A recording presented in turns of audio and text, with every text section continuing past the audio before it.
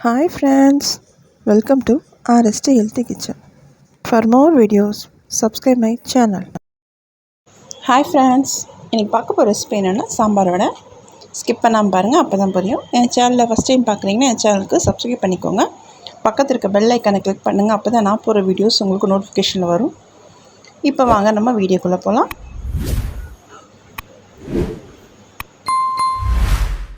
First நம்ம வடை செஞ்சுக்கலாம். இதுக்கு நான் உளுந்து ஒரு மணி நேரம் ஊற வச்சுருக்கேன். ஊற வச்சுட்டு இப்போ நம்ம அரைச்சிக்கலாம்.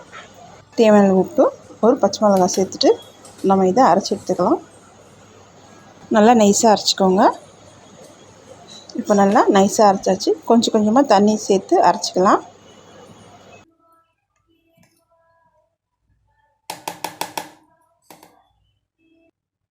இப்போ இதை இன்னொரு பவுலில் மாற்றிட்டு நல்லா பீட் பண்ணுங்கள். கையிலே நல்லா பீட் பண்ணுங்கள். அப்போ தான் நமக்கு வடை நல்லா ஃப்ளஃபியாக நல்லா வரும், சாஃப்டாகவும் இருக்கும். நல்லா பீட் பண்ணிவிட்டு நம்ம 2 ஸ்பூன் அரிசி மாவு சேர்க்கலாம், பச்சரிசி மாவு. அப்படி உங்கள்கிட்ட பச்சரிசி மாவு இல்லைன்னா உளுந்து ஊற வைக்கும் போதே ஒரு அரை கப்பு பச்சரிசியை சேர்த்து ஊற வச்சுட்டு நம்ம அரைச்சிக்கலாம்.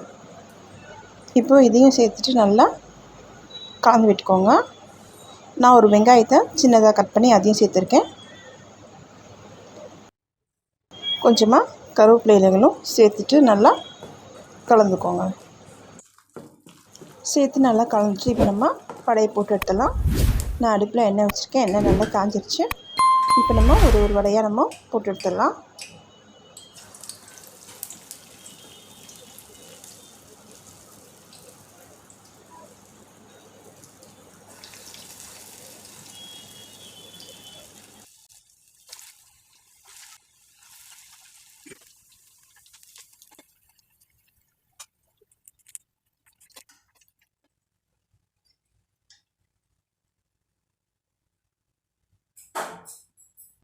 இப்போ நமக்கு வடை ரெடி ஆகிடுச்சு. நெக்ஸ்ட் நம்ம சாம்பார் தாளிச்சிக்கலாம். அதுக்கு 2 டேபிள் ஸ்பூன் எண்ணெய் விட்டுக்கோங்க. எண்ணெய் காய்ச்சதும் கடுகு, கொஞ்சமாக சீரகம் சேர்த்துட்டு நல்லா பொரியட்டும். நான் 2 கப் பருப்பு ஃபஸ்ட்டு நான் வேக வச்சு குக்கரில் வேக வச்சுருக்கேன்.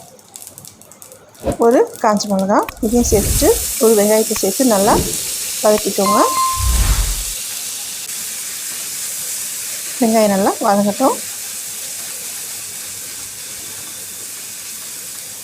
வெங்காயம் நல்லா வதங்கினதும் நம்ம ஒரு 2 தக்காளி சேர்த்துக்கலாம். இதையும் சேர்த்துட்டு நல்லா வதக்கிக்கோங்க. தேவையான உப்பு, 2 ஸ்பூன் மிளகாய்த்தூள் இதையும் சேர்த்து நல்லா கலந்துக்கோங்க.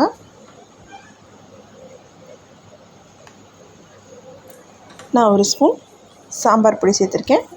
சாம்பார் பொடி ரெசிபி நான் ஃபஸ்ட்டே போட்டிருக்கேன், அது போய் செக் பண்ணிப்பாங்க என் சேனலில். இப்போ நம்ம முருங்கைக்காய் சேர்த்துக்கலாம். இதையும் சேர்த்து நல்லா கலந்துட்டு கொஞ்சமாக வாசனைக்கு கொத்தமல்லி கருவேப்பிலை சேர்த்துட்டு வேக வச்ச பருப்பை சேர்த்து நல்லா கலந்து விட்டுக்கோங்க.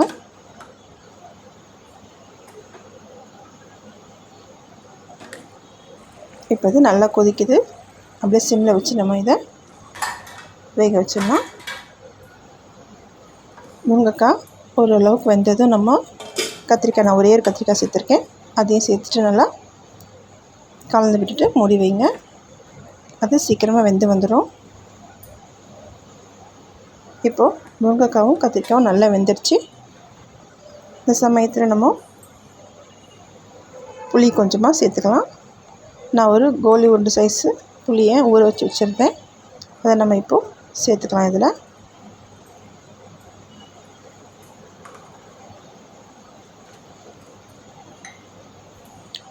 சேர்த்து நல்லா கலந்துக்கோங்க. ஒரு 2 கொதி வந்ததும் ஒரு 5 நிமிஷம் வச்சுட்டு நம்ம இறக்கிடலாம். இப்போது சாம்பார் நமக்கு ரெடி ஆகிடும். வாசனைக்கு கொத்தமல்லி கருவேப்பிலை இலைகள் சேர்த்துக்கோங்க. அவ்வளோதான், நமக்கு இப்போது சாம்பார் ரெடி ஆகிடுச்சு.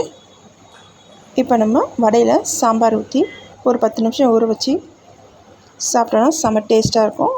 உங்கள் வீட்டில் ட்ரை பண்ணி பார்த்துட்டு உங்களோட ஃபீட்பேக் சொல்லுங்கள்.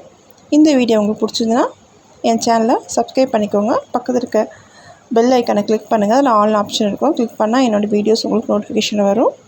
இந்த வீடியோ உங்களுக்கு பிடிச்சிருந்தா லைக் பண்ணுங்கள், ஷேர் பண்ணுங்கள், கமெண்ட் பண்ணுங்கள். Support my channel. Thanks for வாட்சிங்.